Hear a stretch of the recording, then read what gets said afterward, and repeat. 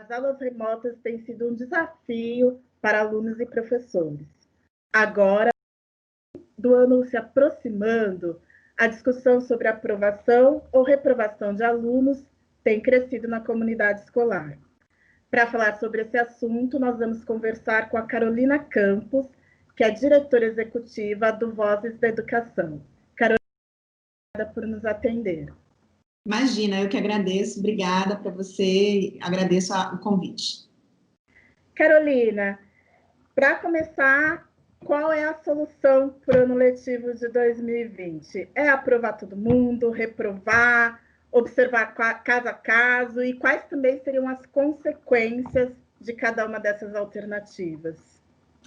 Gladys, andou muito bem o Conselho Nacional de Educação. Na verdade, tem uma lei, que é a Lei 14.040 de 2020, que determinou o contínuo escolar, ou seja, a união do calendário escolar do ano de 2020 com o ano de 2021.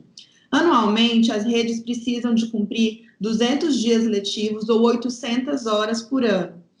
E aí, com a pandemia, a lei, então, permitiu que essa carga horária fosse dividida nos 2 anos, o que significa dizer que eu posso cumprir, por exemplo, 500 horas em 2020, e aí vão ficar faltando 300, né? Porque são 800 horas por ano.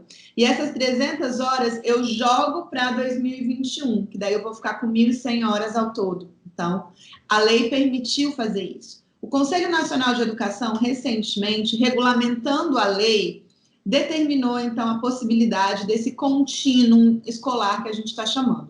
Com isso, a gente não tem necessariamente essa preocupação da aprovação ou reprovação neste momento, porque muito possivelmente as redes só vão conseguir terminar de cumprir o calendário de 2020 em 2021. Mas, de todo modo, vários países do mundo estão com essa situação. A gente já viu, por exemplo, que na Itália e no Uruguai, todos os alunos tiveram que ser aprovados automaticamente. E isso porque em nenhum desses 2 países foi possível determinar como que ia ser feita de forma mais justa a passagem de ano desses alunos. Por outro lado, a reprovação escolar é um problema muito sério. Se a gente reprova os nossos alunos, se a gente faz uma reprovação em massa, por exemplo, a gente vai ter um aumento de evasão escolar muito grande, porque, sobretudo nos anos finais do ensino fundamental e no ensino médio, porque daí já são os pré-adolescentes e adolescentes que passam a não ver sentido na escola, e se eles ainda se veem reprovados, eles vão se sentir muito injustiçados, e realmente vai ser uma injustiça com esses alunos, e por conta disso eles podem abandonar a escola, que é algo que a gente não quer de jeito nenhum. Ainda tem uma outra situação de países africanos, que a gente viu que em vários países da África, por exemplo, a aprovação automática era a regra. Sempre foi assim, durante muitos e muitos anos.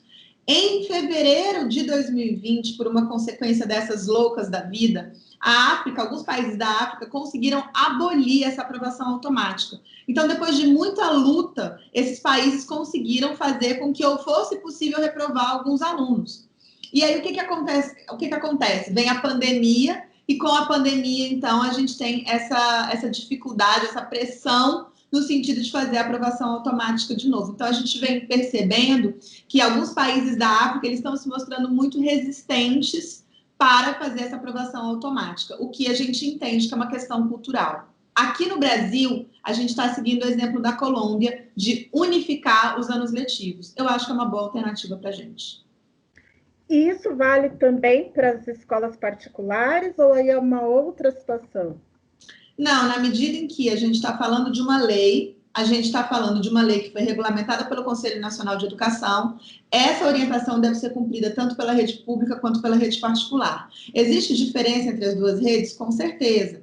Então, é muito mais provável, por exemplo, que no ano que vem, que vai ser o ano em que a gente vai precisar de fazer essa complementação de carga horária, as redes particulares consigam fazer isso com mais sucesso do que as redes públicas, que já perceberam uma dificuldade muito grande com o ensino remoto em 2020 e certamente vão ter ainda mais dificuldade, porque vão ter que casar as 2 coisas, fazer parte remota e parte presencial. Então, certamente vai ser um desafio muito grande para as redes públicas em 2021.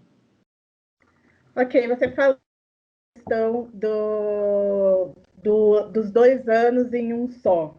E a gente vê que nas escolas públicas muitas dificuldades quando o ano letivo ele acontece normalmente. Você acha que esse ensino ele vai ser efetivo dessa maneira? O que tem que ser feito para que isso dê certo?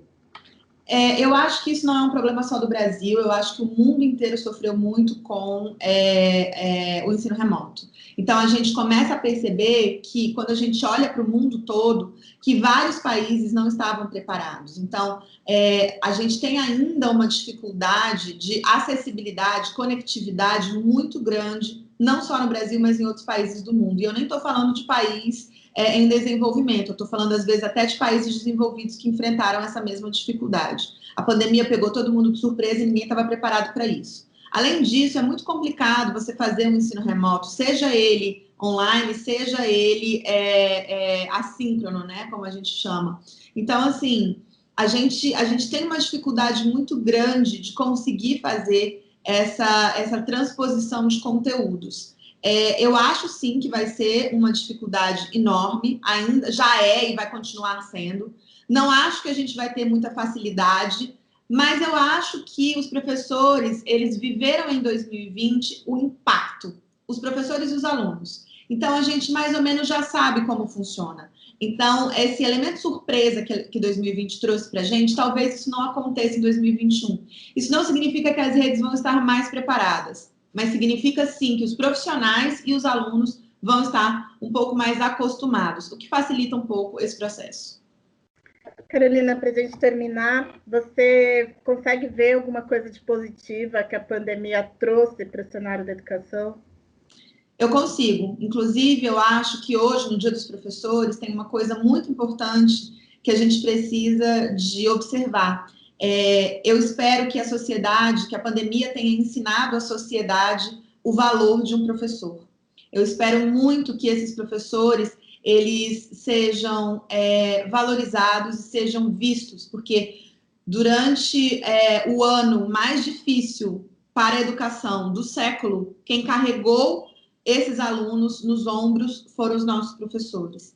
Então, eu acho que os pais perceberam a dificuldade que é você educar uma criança, os pais estão convivendo com as crianças, com os filhos dentro de casa até hoje, e a gente está tendo que fazer trabalho remoto. Então, assim, a gente está percebendo, enquanto sociedade, como os nossos professores e professoras são importantes e valorosos. Eu espero muito, então, que a sociedade consiga olhar para esse lado. Mas eu também acho que tem uma outra coisa muito positiva, e essa coisa positiva é o ensino remoto, não na perspectiva de que ensino remoto funciona, não, mas na perspectiva de que muitos professores que antes tinham uma dificuldade absurda com tecnologia, de repente se viram e entenderam que é capaz, que eles são capazes, que eles são que eles conseguem entrar nesse universo digital e conseguem, inclusive, fazer coisas muito bonitas por meio da tela. Então, eu acho que é muito longe do ideal de educação que todos nós sempre trabalhamos ou sonhamos, mas sim, eu acho que esses dois pontos, eles são pontos importantes de avanço, tanto da valorização do professor, como desse avanço numa transição digital. Ok, Carolina, muito obrigada. Até a próxima. Muito obrigada, um grande abraço, tchau.